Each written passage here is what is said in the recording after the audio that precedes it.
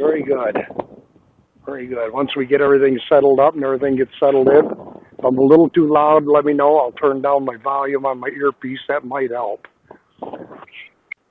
And if you get a little bit of residual feedback from your computer, good luck.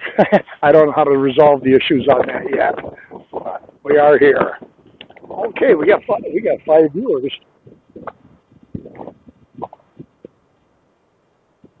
You can anyone you want to. You can listen to me on the computer by shutting your phone, your ear, whatever you're using for a phone down, or you can listen to me on your phone and not the computer. However you want to work it. I guess we're standing here talking live to people, aren't we? Uh-huh. Uh-huh. Let me twist this a little bit. I got the board in the way again. There. Beautiful. We are here. All right.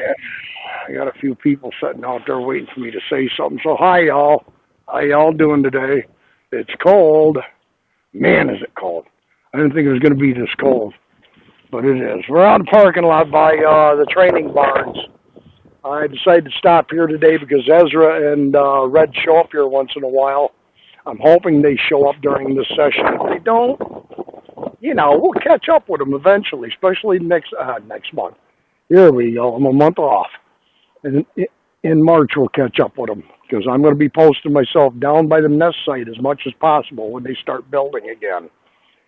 I'd like to find out where exactly they're getting all their nesting materials from. I've got an idea where it is, but I've got to locate that spot, and I want to be there when they start coming in to pick up those twigs and things like that. My 2 lovely assistants will assist me in any way that they can and ensure you that what you hear is real and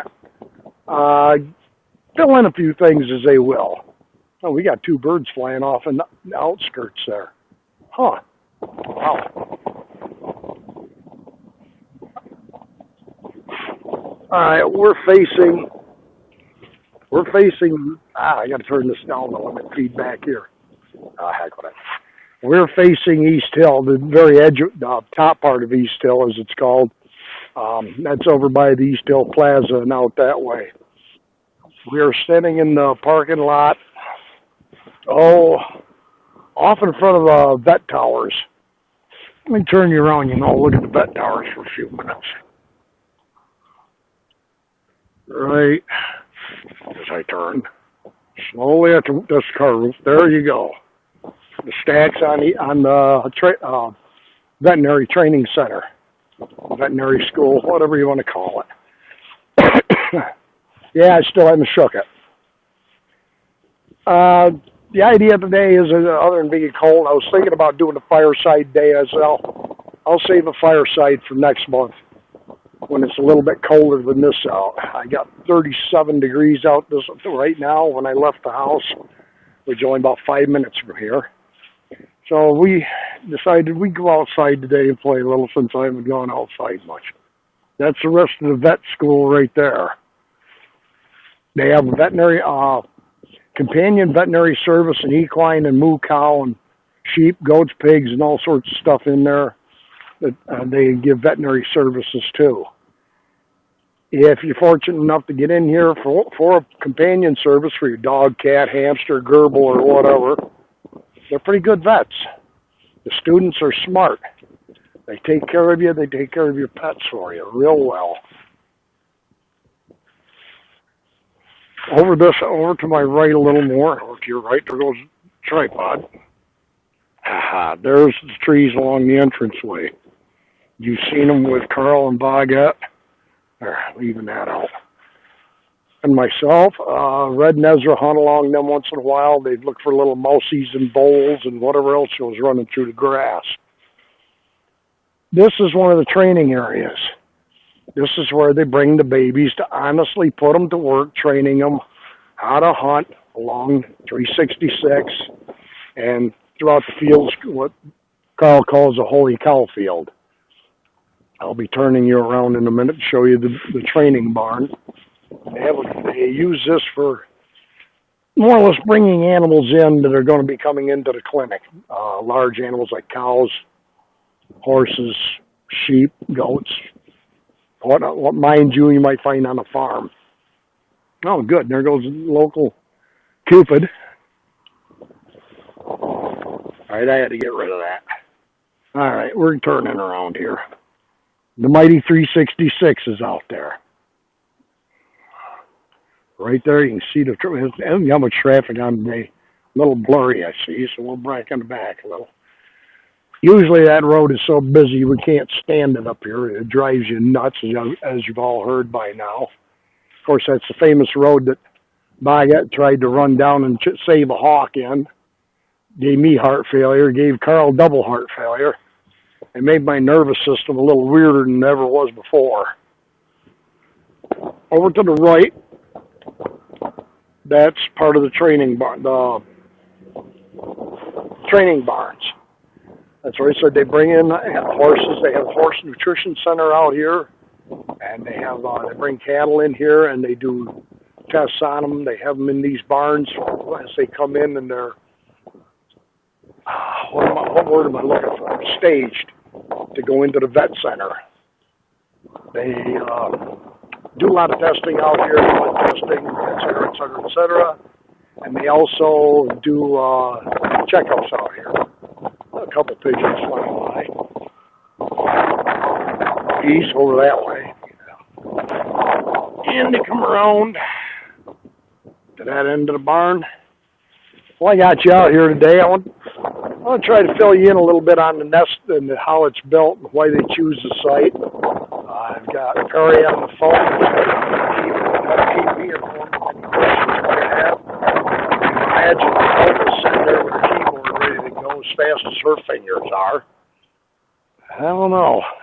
I never seen anybody type that fast in my life, to be honest with you, so I'm not sure on anything on this deal. I had to adjust the phone a little bit. Believe it or not, this is a phone. It's not. It's with a cam in it. It's not a regular cam or anything like that. Man, I got 19 messages coming at me. Wow, people are busy out there today. They'll put on one up here. My finger is froze. When a hawk chooses a nest site, they have a lot of things in mind. First of all, the territory. They usually try to center it in their territory or offset it a little bit in their territory, so depending on what the lay of the land is and the topography is. They want the tallest structure possible, and it's usually between 20 and 100 feet tall. So you understand the fact that a tall tree is a good spot for a hawk to live in. Very secure. We'll go off down that way towards campus. Right over there, you see a campus in the distance.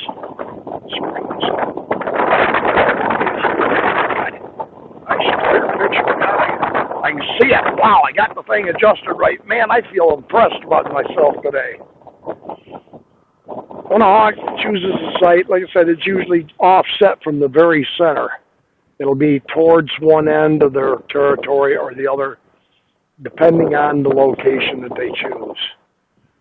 They get it up high, and always on, also choose the highest site they can get, so they can sit above it a little bit and look over their domain. Make sure that everything's secure around them and the least likely chance of being attacked from something that might hurt them. Well, it's going to hurt a hawk. Well, red-tails have one enemy, and that's the great horned owl in this state. All the rest, they got bald eagles and golden eagles that'll just do as much damage to them as a great horned owl. But a hawk and an owl will nest within the same territory with very few conflicts, because the hawk hunts during the day and hunts at night. So that gives them a little bit of an edge on each one. Not so much too much. When they put that site together and they get it figured out where it is, it's not going to be buried in deep woods. Everybody gets the idea that when you're out looking for a hawk in the wild, out in the countryside, not here on campus, so to speak, a rural hawk, you're going to be way out in the deep woods. That's far from the fact. They like to have areas that they can overlook a field, a meadow, grassland, pasture, anything where they can hunt. Your broad-winged hawks hunt basically in the open because they have fat little wings and they don't like to mess around in between tree limbs like your goshawks and your coopers and your merlins and birds like that.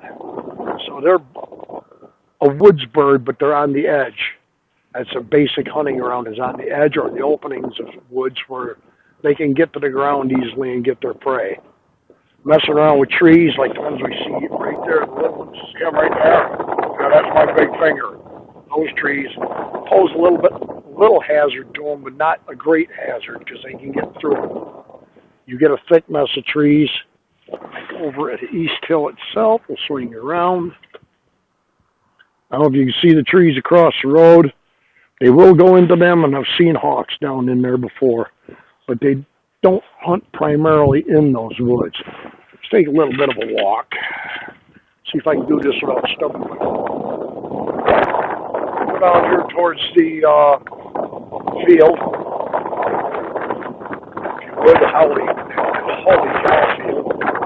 Holy cow, it's cold out here. You like that idea? Wait, we're at a restaurant show up here. I want to see them today. I got a feeling this breeze, got a 15, 20 mile an hour breeze here, and it's not exactly comfortable out directly in the wind. I got a feeling they're going to be hole up again. If they do show up, I'm going to be really happy.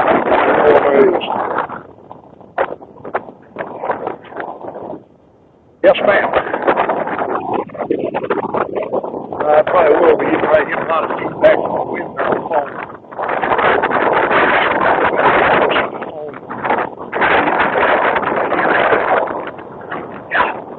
Hold out.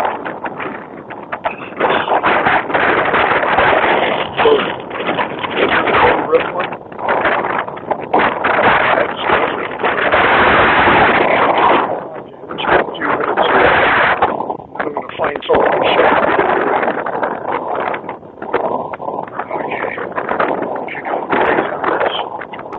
Down. Of course, you can see the stack. Yeah. Which way? On the phone or on the computer? Okay. Yeah, you better try the computer because I'm going directly through the phone and my earpiece will probably pick up a lot of static right now because of the wind. That'd be the best one. Okay. You can see the stacks in the background. Red Nezer's favorite places to hang out. There's a white spot up on that stack on that one ledge halfway up the stack. I wonder what that is, but I can't zoom in that far. You've seen Ezra. Oops, let's tip this a little bit more. You've seen Ezra training D2 out here. All the young come out here from they're trained in these fields eventually for hunting mice and voles and what have you out here.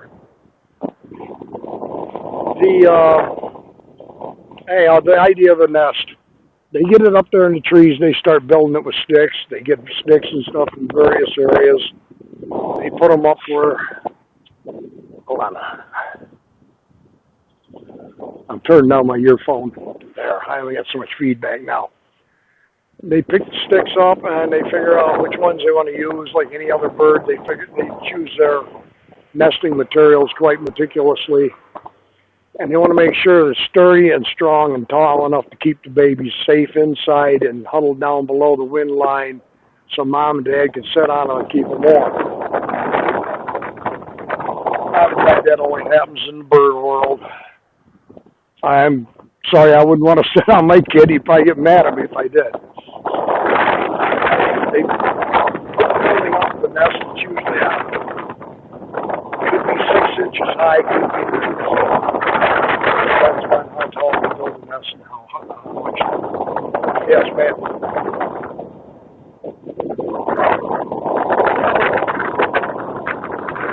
Well, Ray, I'll tell you one thing I came up with last week. The last time I was out here, I was looking it over real well.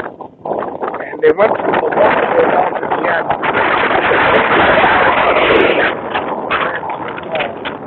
And the one, when they were on the old nest site, they couldn't get up high enough lose their idea of seeing everything. So they moved it down a couple poles down near Whale Hall. If you look straight up, you can see the antenna that Red and Ezra sit on up there. We call it the throne. I think they moved up there because they can sit on the throne now and watch Nest Plus watch all their area around them. Here where I'm standing, they can see me. They're sitting up there. I can just see the backside of that antenna. So hawks move their nests around for more convenience, better hunting areas, and better chance to watch what's going on with the babies. Now, when they put the pole, when they get the nest all built, they line up all sorts of soft stuff. Basically bark, moss, a few feathers, maybe a dead rabbit, I don't know. They put a lot of stuff in there to keep babies. And they also bring in green vegetation. Someone said last year they thought they brought in the green vegetation for insect.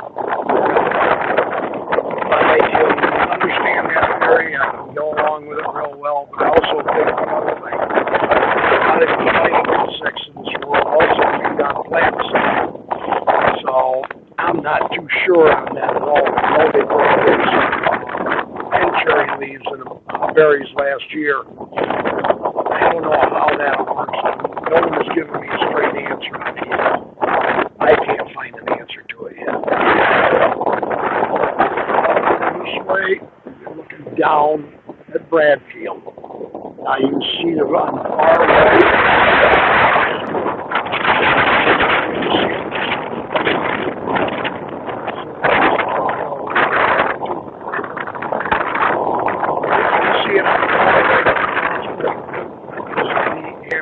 Itself, they set up.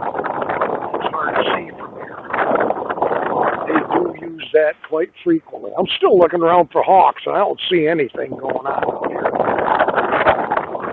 With the idea of the nest being for them, there are things that will get up into the nest, it's too low to the ground and kill the young. Raccoons being the biggest culprit.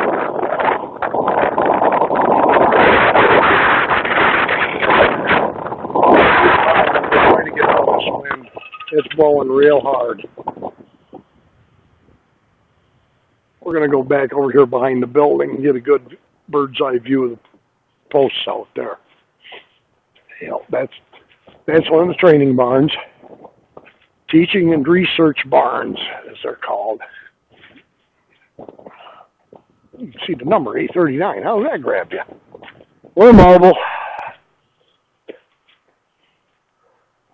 These are the pens around the research barn to hold the critters that are coming in for testing or operations or what have you. It's windy out here. Oh, this is going to be a hard day. Wow. I'll get over here around the end of the barn and set you back up and have you look over towards the cemetery section.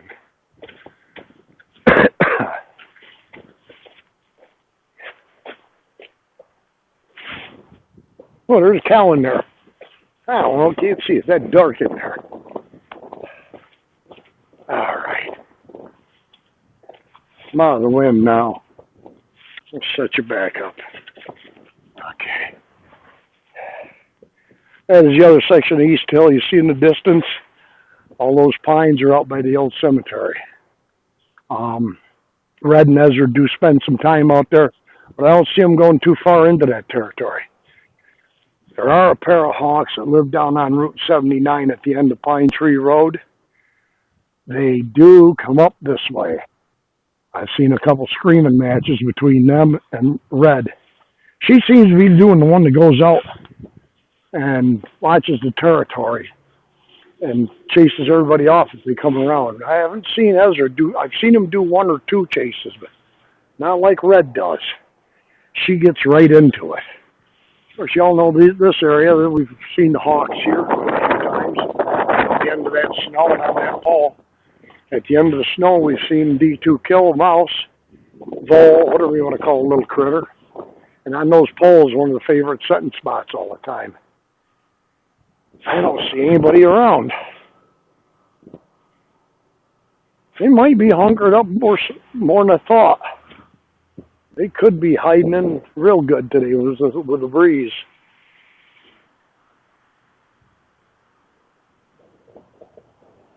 I'm taking them in here. I got to take a deep breath.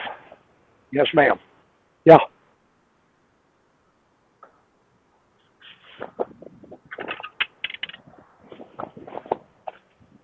Okay, let me get over here a little further behind the barn. Why they change their location? Why they change their location? Okay, we're out of the wind now.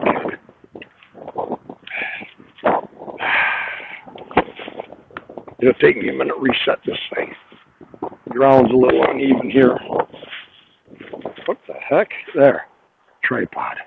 Phone tipped. Cold weather phone still.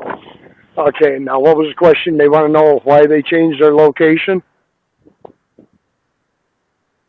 Okay. If you look at Bradfield from the present nest location, you sit underneath that pole and you look up to the top of Bradfield. You can see what we call the throne, where Red and Ezra sit all the time, watching the nest. When they were at the other pole, which is approximately, I'd say, 75 yards down towards the east, they couldn't see it that well. I know that Red and Ezra like to sit on that antenna on top of that pole, and I think it bothered them that they couldn't consistently see the nest from there. I honestly think that they moved the nest down 2 or 3 poles, I can't remember, 3 poles, and parked it there because when they sit on that antenna, then they can see what's going on. They want to keep a real close eye on the nest and what's going on with it at all times. The breeze coming up around here now. I'll turn it back around to it. There. It's a little better. Now, did everybody hear that one? Hear that?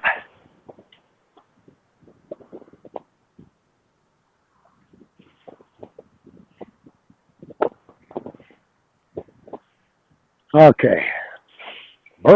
Still getting colder out.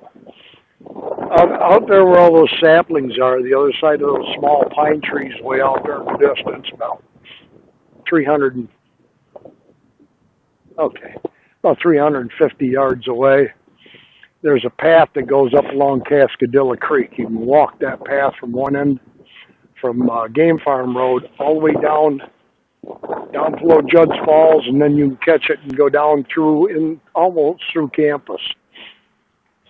Oh, man. This is all hunting territory for Red and Ezra. That field across the road, from this pasture, across the road, up through to the apple and grape trees and bushes. They hunt these areas constantly. Well, I wish this thing had set a little more level. There. Back over that way. Guess what, folks? Snow melted. Thank you. Don't like that stuff. As for the rest of the idea on nest location, it varies. I mean, wherever they're going to hunt, they're going to build a nest. As for how many babies they're going to have, that depends upon the availability of food, how good the year is to them, the weather. There's a whole bunch of variables into the life of a red tail on how it's going to raise its children, and how many children it's going to have, and how things go for them. And I said the last time we were out, I realized everybody thinks, well, a red tail takes off from a tree on a hunt. It sees a vole down in the grass. They're going to drop down. They're going to get it. Red tails ain't always that successful. I've seen them come up empty-footed quite a few times. They don't always get their target. They are getting part of the life of a red tail is spent in the trees, hunting food. Oh, we got a walker. Nothing there either. Okay, let's get another view. There we go. Towards the east, towards Varna, and parallel 366. If you look at a red tail in a tree, you're going to see a big white blob on the front and brown on the back. Have you ever if you've ever seen one and thought about it, you wonder how can they hunt sticking out like a sore thumb? I mean, if you look at a hawk from the front, you see a big white spot in the tree. I've seen them now 200-300 yards away when I'm looking for them out in the wilds. You have to get into the game's perspective. 99% of the game that they attack and hit are colorblind. They're only going to see black and white and gray, an off set of gray, maybe a little blue, maybe some reds or oranges, but nothing spectacularly like what we get. So next time you got a chance to, and please don't do it in the wintertime, you can freeze to death out here, for crying out loud. This summer, go out, if you know where the hawks are hunting, you know where a tree is that they live in, or they live around a section of woods, around the field, go out and sit down on the ground and look at that hawk. Then turn your imagination on and turn your eyesight to black and white. You're going to see a whole different world when you look at them. They're going to disappear on you real quickly. When you look at that white, when sitting on the ground, you're looking at the belly. If you imagine yourself and seeing in black and white, a hawk has a lot of different speckles on its belly, different colorations on its belly. The belly band included, a few marks on its chest, a few marks down onto the leggings, or pantaloons as you want to call them. They will blend in. If you look at it in the perspective of the game, they will blend into the skylight. What they'll see is broken light coming through a tree, and it'll look just like the sky and a few leaves or sticks sticking in there, and the game won't see it as well. Walk around behind the hawk. In the wintertime, at this time of year, they've got a little bit of white mixed in the feathers with their back feathers. The coloration of these feathers, with the white with the dark browns, the blacks, and the light browns, makes them look like the trunk of a tree or a tree limb sticking straight up. If you're colorblind, you're never going to see that bird until it moves. I mean, this is nature's camouflage. I mean, it's amazing. Nature has created the camouflage for all the beings, all the animals, except for us. I mean, we don't need camouflage on to run into the store and sneak up on a cantaloupe, do we? Hawks do. The game needs camouflage. You see a gray squirrel, if it hugs up to a tree branch, you're not going to see him for a while. That gray squirrel has to make one mistake, and that's usually move an ear or move its tail a little. That's bullseye for a hawk. That's like, yeah, okay, come and get me. I'm dinner. And they will do it. They will see it. As I said with their vision last week, that slow motion vision they've got, they analyze with that and they figure out that's dinner. I'm going to go eat that thing. And that's what makes them so successful. And when a hawk is sitting in the tree limb, it's facing forward. It can't see out the back of its head. A great horned owl will attack an adult hawk on a tree limb in its territory. If that owl can't see that hawk, it's less likely to get beat up on. So nature's given all these beasts, all these little critters, all these birds, some way of camouflage. Or he says, no, how about your cardinals? You go find a cardinal in the woods, you'll see them, but you got to look for them first. They got to make the move. The red will blend in with the background in some way or form or manner. Whereas berry bushes got red berries on them, broken up through the branches, you can't see the cardinal as well. It'll blend in with those berries. Same thing with chipmunks. Cute little golden things with white stripes on their back. You look at them on the ground. I sit in a tree stand 15 foot off the ground, and I stare right at them until I see them. I don't see the whole animal. I don't see the whole hawk when I look for them. I look for bits and pieces. Here's a good shot right here. You look out in the distance from here, those pine trees way out there. See that? Right out there, right there, right there, right over that way. Nope, there. I'm pointing to it. those pine trees from here, and the hawk is sitting in it, you aren't going to be able to see it real well. Well, you don't look for the hawk. You look for a piece of the hawk. It's going to move a wing. It's going to lift the wings, preen a couple feathers. It might twist around to preen its tail feathers. It might shake its tail feathers. It's going to move something, and that's what you look for, is that one piece that doesn't make sense to you when you're looking for it. I've become quite successful at the things I do, and the one thing I participate in only because I've learned through the years and been taught by various experts how to camouflage myself and how to look for nature's camouflages. If it doesn't look right, then you've got what you're looking for. Look over towards the water tower. Yep, right up there. I'm getting pretty good at this thing. Excuse me. So when a hawk's sitting out in the trees and it's 200 yards away, well, I haven't got all day to look for it. Scan it with binocs. Take your binoculars, look through the trees real carefully. That bird's going to move. You will see it, but you got to train yourself to see it. I know a lot of people go out chasing birds around, go out bird watching and things like that, and it takes them forever to find one bird. I've talked to these people and I've taught them the way I was taught, and they've gone out and found 10 birds instead of one bird. You really have to look hard to find Mother Nature's camouflage. And it does take some work. It does take a lot of practice. Best way to do it, go out in your backyard and watch for birds. Watch for one bird that isn't moving and stare right at that branch or them bushes, and you'll see them. That's nature's way of making these animals live. And they're doing a real good job of it. I mean, hey, walk through the woods and try to find a partridge till it blows up and gives you heart failure. There you go. That works wonders for you. All right, let's take a walk back this way towards the vet towers.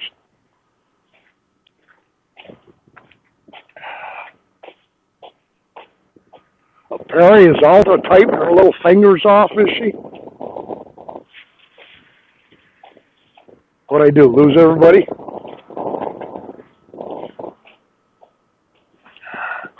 I'll turn this up a little bit now. Oh, where is it?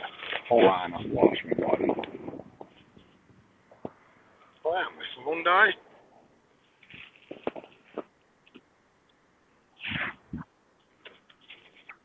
Yeah, what's up?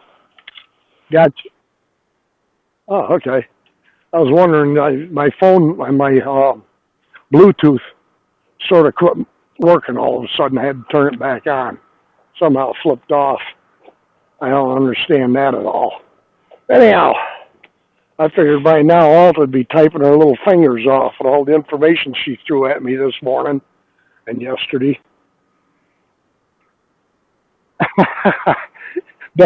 No, not very. No, you're just sitting there watching, I'm glad you are. I'm glad to hear your voice for crying out loud. It's nice to have someone to talk to on the end of these things. Let's take a right here towards Albuquerque. Whoa. What do we got out there? Oh, it's tree limb. Never mind. See? I'm looking for a hawk and I can only see a tree limb. I'm not a pro at this, folks. I got trained well, but boy, I'll tell you what, I still can't come up with all of them. I'll walk right past a hawk. I demonstrated that quite a few times last year and had to stop and back up 5 feet and say, hey, what you doing? Okay. The vineyards. Okay, let me get this tripod reset. Oops, here we go. Don't mind me. There. Now, out there across the road's the vineyards, where all the little grapevines are. That's another hunting territory. When Red, oh man, I blew that one. When Red and Ezra bring the puppies out here to play, they also teach them how to sit on a post and have a little bit of patience. Well, that didn't work real well at first for D2, but I think she finally learned to shut up and wait. She finally learned how to kill. And that's a rough term to use, too, kill, but it's just what they do. They have to. Some birds I don't know if I've told anybody this, but some birds like Ezra and D1, when he was here, were specialists. I know one other hawk I knew a long time ago in some woods about 70 miles southeast of here. He was a specialist too. By that I mean they had a perfect way of making the kill and not getting themselves hurt. If you don't mind a little gore and details, last year when I busted my spotter, when I saw Ezra in the tree that day, and D1 was with him, I noticed D1 before I noticed Ezra because Ezra was on the ground. I stood there and watched for a few minutes, and I see D1 looking down at the bottom of the tree, and I noticed something moving in the grass down below. I told you, they got to move sometimes. That's when the patience comes in. Wow. So anyhow, I looked down and looked at the ground. I see Ezra on the ground with something. I said, yeah, he's made a kill, but I wonder what he's got. Then he flies up with a headless squirrel and lands on the branch next to D1. They chirped back and forth, did a couple chirps and this, that, and the other, and Ezra took off heading towards the nest site. About 5-10 seconds later, D1 decided, I might as well follow Dad. There goes lunch. So he hoofed it back up there with him. I'd say I want to go over and look underneath. I went over and looked underneath the tree. I wanted to see if there was something there, just a bit of hair or anything to let me know exactly how it had been done or what had happened there. I'm one of these curious, inquisitive type of people. I got over the bottom of the tree, and there lays the head of the squirrel, just laying there. Okay, we got a sharp knife. Let's figure this one out. He'd taken the head off at the neck joint, just above the shoulders. Why? I don't know.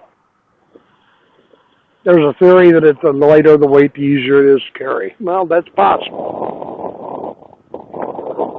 So I decided, well, I'm here with a knife. I'm going to dissect this squirrel's noggin and find out exactly how the kill was made. Because I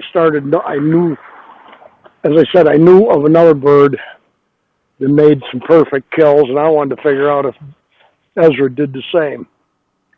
I started taking the hide apart, and there it was at the base of the skull, a perfect hole right up into the brain.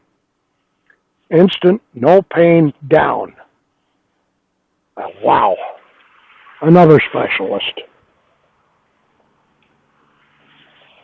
A person I knew years ago had a red tail that he flew.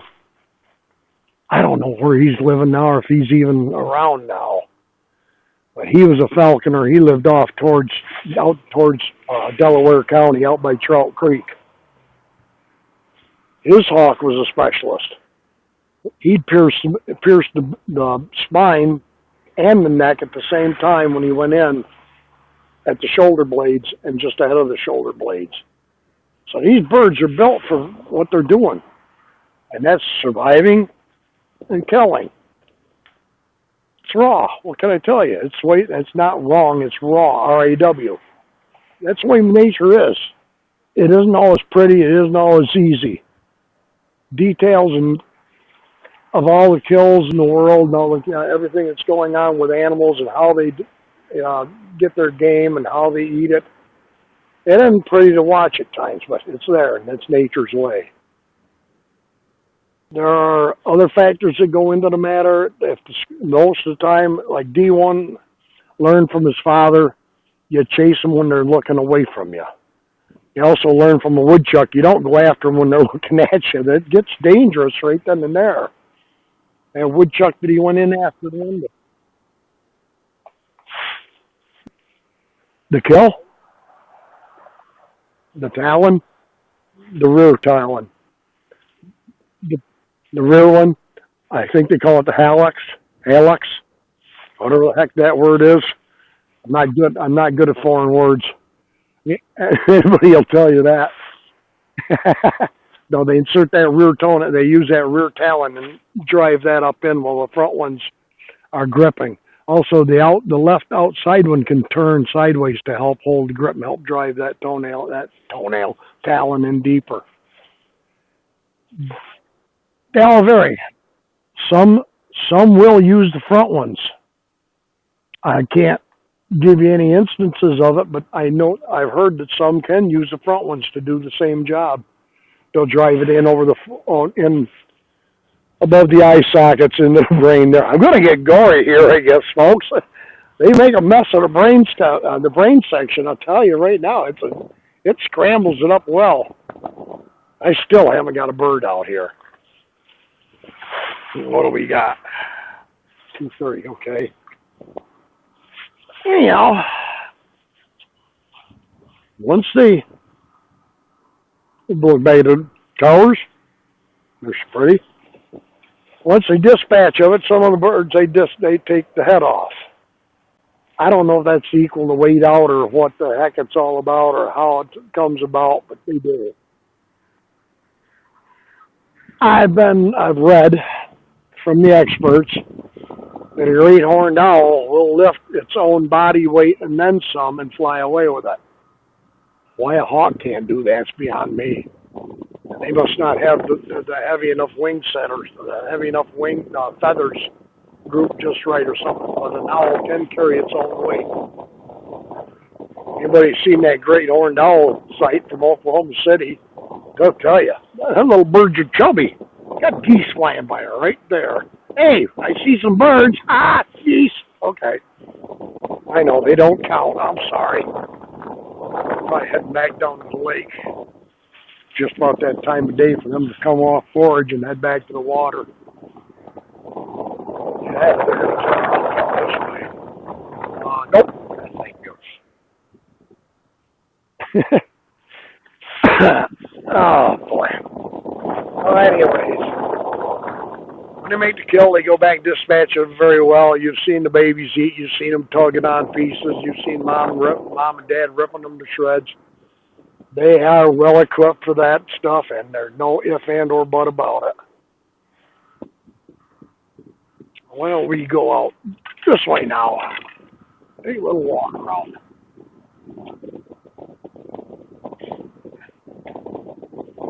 God's grief. I can't remember the name of that building. I ain't got a road map for me today. I'm looking at that building. I can't remember the name of the building for crying out loud. Oh, yeah. Good. I'm doing wonderful. Got half my equipment. Left my road map. Who did? Where's he hiding?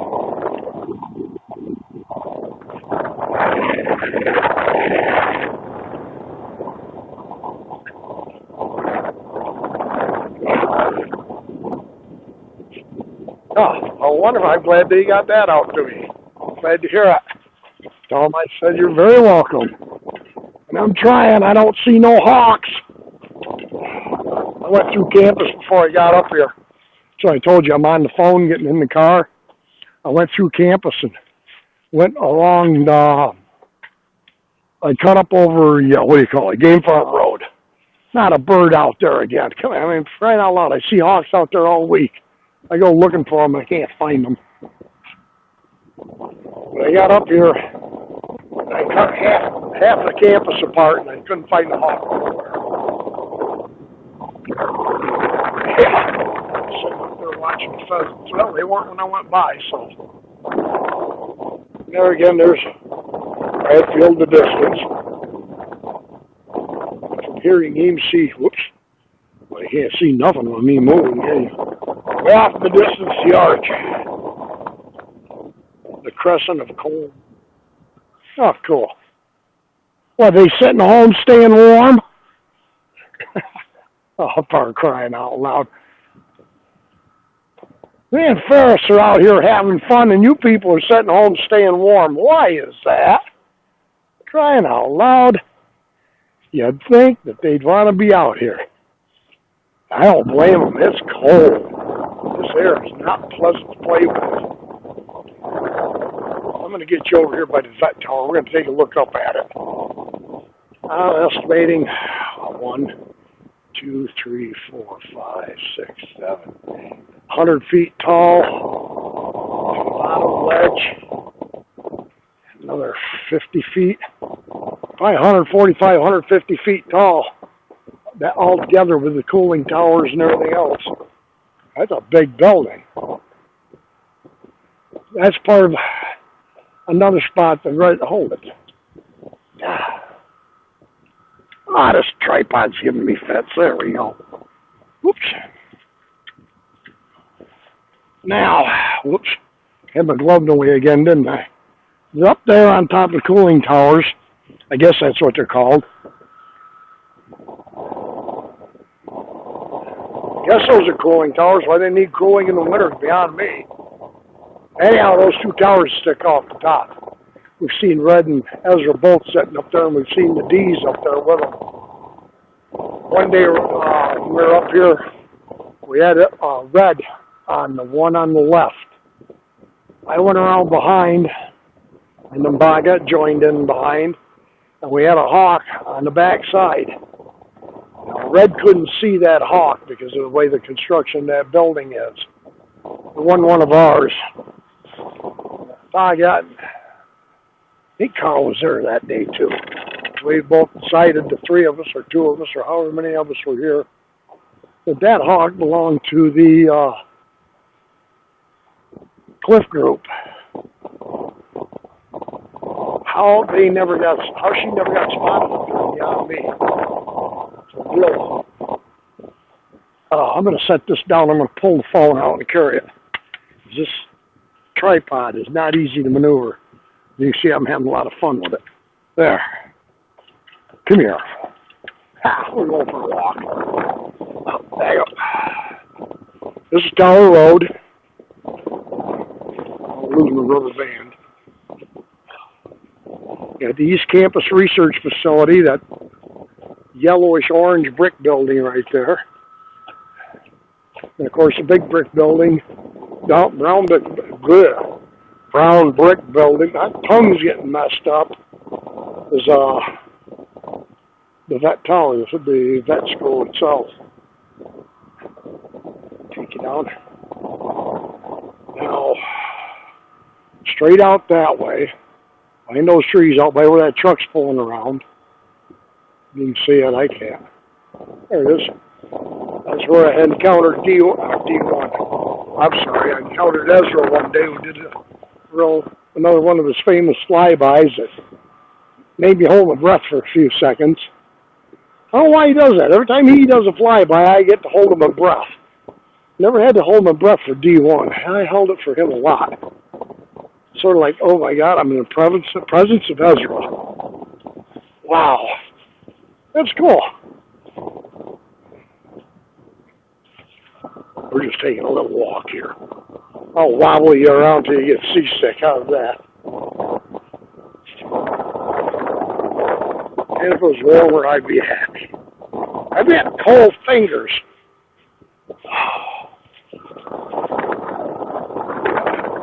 All right. Steam heat coming out of the vent.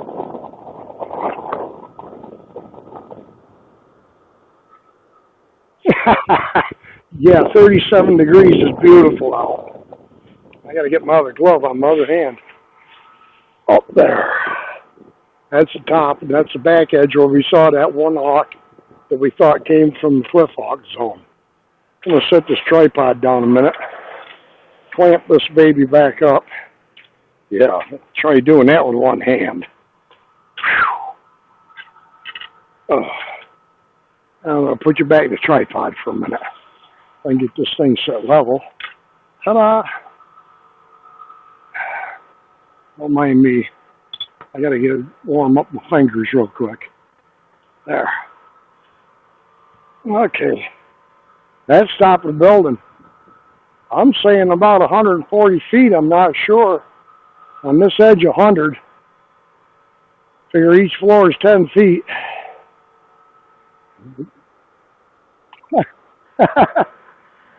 Yeah, I know. She's accustomed to hearing me run my mouth once in a while. I don't know why I do that. But yeah, I get carried away. What can I tell you? All right, let's spin this around a little bit. That's a Robert Holly Center. Agricultural and Health. Okay. Holly Center. Don't know what they do there. All I know is agricultural and health. I think that's the words. Yeah. Okay, health for agriculture. Makes plants healthy. Aha. We got it. Fertilizer. Got that figured out, huh? This is Tower Road. Keep tongues tied again. You keep going down that road, you're going to end up down by the nest. Today, I'm not taking a walk that far. I'm being a little conservative on Mama's gas, too. She yelled at me, don't use it all up. That glove on my hand. We'll pop this phone back out. We'll continue our little walk. We got a few people coming through, huh? This is cool. I got into that owl nest site out of Oklahoma City. I'm really enthused by it. I've been looking for an owl site for my watch chat. I'm learning a lot about how they handle their chat room and how they're handling this owl site. It's cool. I mean, I'm going to have to call with these people. Well, I guess you got to learn something for everywhere you go on these sites. So I figured that's what we'll do is we'll learn something. Yeah, that's sidewalk. Anyway, now. Here we go, the greenhouses. Gee, thanks. I bet that's going to make my wife happy because she's watching this, you know. I know. Okay, now we got another question for everybody out there. Hey, I want to try this one on you all. Does that look yellow to you? That's a yellow greenhouse. Here we go. What? That's a yellow greenhouse. So that's what the sign says, yellow greenhouse. Y'all figure that one out. You can tell me about it. I'm sneaking around trying to find back way through. Wonder where that goes. I'm going to make you people sick, aren't I? Let's take a walk this way.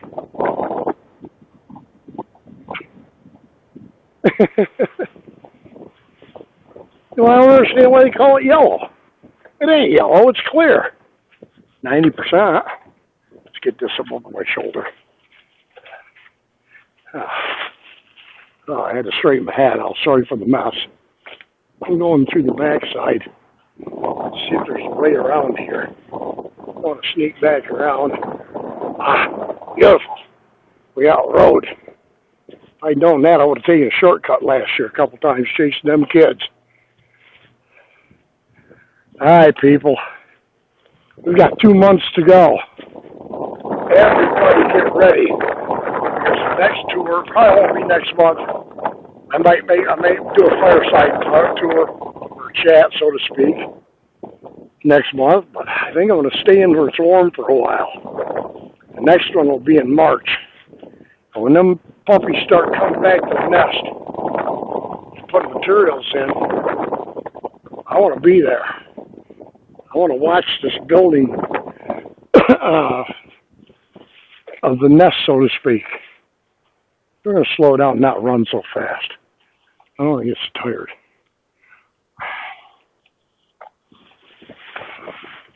I still ain't seen a hawk. Hey, what's going on here?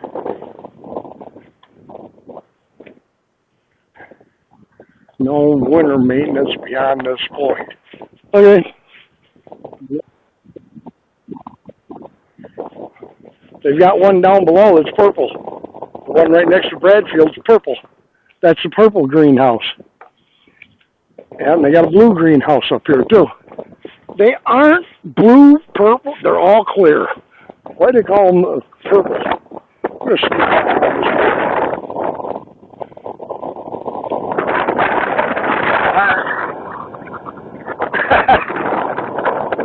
long walk, Ray. From here, holy Moses. What do you think I am, a track star? Crying out loud. It started to snow up here, too. Wow. And we're looking back at, we'll go down and park on the end of that parking lot, just past that hole. And we'll sit here for a few minutes, stare off into the southern sky, wish for warm weather. Don't get me wrong, I don't mind this type of weather at all. But I haven't. Well, I imagine I will. I've heard a lot about her little hawks. Always hiding down there, doing something goofy. Y'all get the opportunity to see two hawks every day, not me. I have hard enough time seeing these two every day. Oh, mother.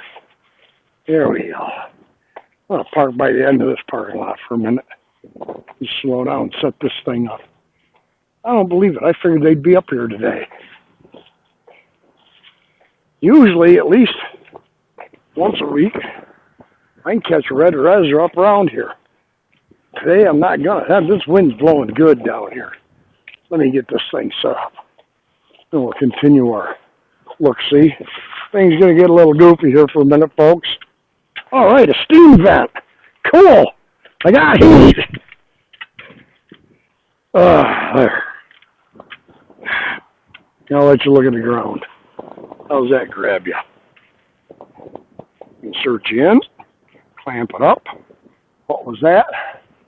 Beautiful. We still together? Yep, I'm still broadcasting. Good. Had to see if my zeros were still moving. All right. As I said, that's the so-called Holy Cow field. This is the cattle side. On the other side is all the horsey side. All that good stuff. I gotta stand here and warm up my piggies. When we usually see Red and Ezra down here, and 80% of the time it's been Ezra. I can't figure this system out yet that they've got. Does Ezra do the main training and Mama do the main babysitting, or does Red do some training and Ezra do a little babysitting? How do they work it? I don't understand it yet.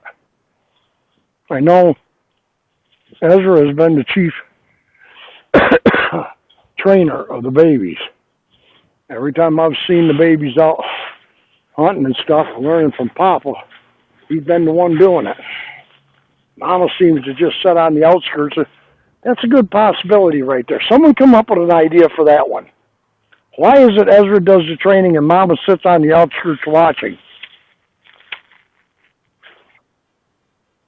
Yeah. We're going to make sure you do the job that you're supposed to do, Dad. Now get out there and do it. Okay. Okay. Yep, I imagine. Yeah, see how that goes. Some days you have to reverse that situation, you know. How come I ain't got any clean socks? All right, here we go. Anyhow, that's the Holy Cow field. That's one of the main training fields that we watch Ezra in. The other one they use is down the road a little further, down behind the cyclotron. How do you say it? Wilson Lab. There, I got that word out easier. Synchrotron. It's not English. I can't pronounce it.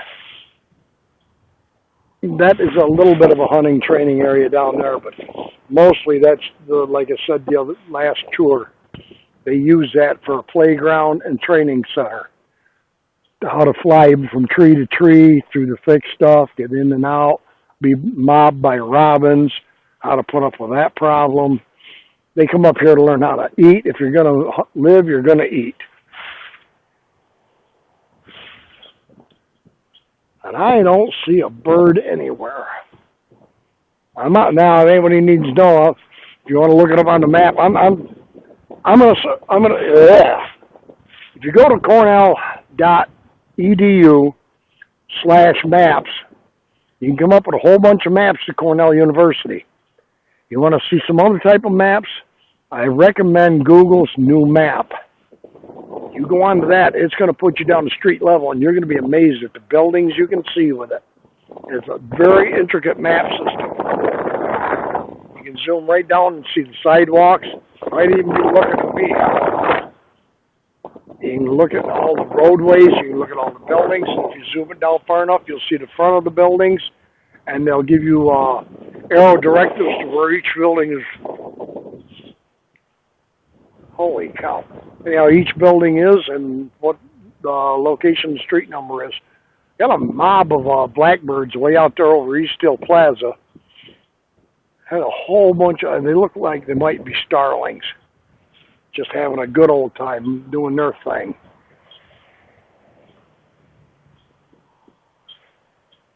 Now school resumes this week. Makes my wife happy. She's got to go back to work tonight. All the students will be back, making a mess of everything like they usually do. They're good kids. A lot of them are real good. Very pleasant to be around. You wouldn't suspect it in some of the business schools up here or some of the other schools, but a lot of the kids are real nice people. They really are pleasant to be around. Oh, yep, they're all starlings. Here comes a little mob right there. And then, of course, back that way is the training barns. My phone loves cold weather. Oh, man, it's nice. If it gets too warm out, it gets overheated real quick. The battery gets real hot. Well, boy, in cool weather, it just has a good time.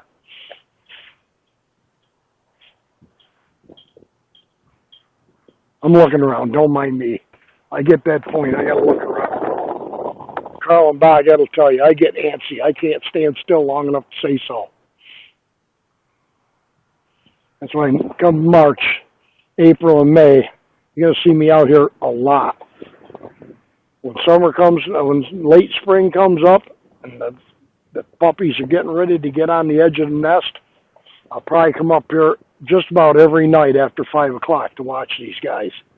I'm going to cover this place like you wouldn't believe this year. I'm hoping we have a good year with them this year. I hope the puppies give us a good enough showing this year like they did last year. That was fun.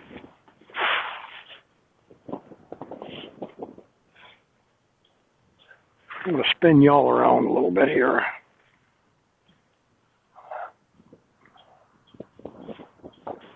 That area right there, that's where Judd Falls Road comes in, no, just behind that. Well, actually, turn the gate a little bit more, and you can see the orange sign. It's a detour sign, by the way. Anyway, big drive closed off. You're constantly working up there, so they have to detour everybody. Plus, we got a bridge out down below me. I can't get down to Forest Home from this side. I have to go clear through campus to get through Forest Home. That's a pain in the neck. I was hoping to be able to utilize that bridge this spring, but it doesn't look like that's going to happen. As it gets warmer, I'm also going to take y'all on a little trip down to Fall Creek. If we fall in, don't call 911. Please. I don't need to be embarrassed by everything. But I will try to keep myself above water as much as possible and not drown my phone. I drowned this one, my wife. You betcha, because if I drown this one, my wife's going to kill me if I don't die. She will take me out back, and I won't be coming back. She will be mad. You cost how much for that phone, and you drowned it? And her words are going to be just that, too. Yeah. Are you kidding me? I'm a rich person here. I'm retired. Anyway. Now, you're looking down across the edge of Wing and right at Bradfield. So you trip down there today, but like I said, I'm getting a little cold here. Maybe I'm starting to turn one of them blue colors I don't like. I got enough winter gear on, but I haven't got all my Arctic gear on today. I was saving that for last week. that didn't happen out real well. And of course, back to the new dairy center. There, the dairy barn. I know it's tipped sideways. Excuse me, hold on a minute. There, we're level. Back up. Through. As we go along, I'm going to be taking you further and further into this campus. Told y'all before, I'm going to take you places and go everywhere I can to figure out where these birds, boy, this thing does not want to tip right. There. Where these birds go, where they hunt. We're going to go down into the Arboretum, especially in the summer. I want everybody to see that Arboretum in the summer. It's gorgeous. I mean, my word. And then we're also going to go down to the Botanical Gardens, which I want everybody to see them because they're fantastic in the summer with all the blooms they got going. I'm going to have to dig up my site, get all the plants written down that are in there, and then I'm going to have to interpret that as we go along. But I'm going to take y'all on a real magic mystery tour here. It's going to be fantastic in the summer. We're going to see a lot of this campus that we haven't seen yet. And there's a couple places I haven't seen yet that I want to go into. Like the base of BB Lake. I want to take y'all down to the dam, look up BB Lake, see how that looks. Go up Fall Creek and do a little puddle jumping. We get our feet wet. I know, don't fall down. Yeah, I got it. my spring, summer, and fall are planned right out as thick as I can get it and as heavy as I can get it. I want everybody to be able to see a lot of stuff this year. I'm going to take you there. Maybe a little weird at times, but I'm going to take you out. We're going to do a little exploring, see what we can find, especially in the hunting areas and nest site. You know, straighten the phone out. It's tipping sideways. There. And I hope by summer I can slap me a piece of optic on this thing to zoom it in a little more so we can get far away looks and also be able to slip it off and get close-up looks. My idea of fun. Well, I think I've covered the basics today. I'm freezing, people. I'm going to cut y'all loose. I want to thank y'all for coming along. I hope my lovely assistants have helped you a bit. And both of them are busy on me today. It's been my pleasure to be with y'all. And I am genesowl, and this has been fun for me. I hope it's been a good day for you. Y'all take care now. We'll see you. Okay, you gonna go now? Nope, that'll be about it. I'm about ready to kill it right now.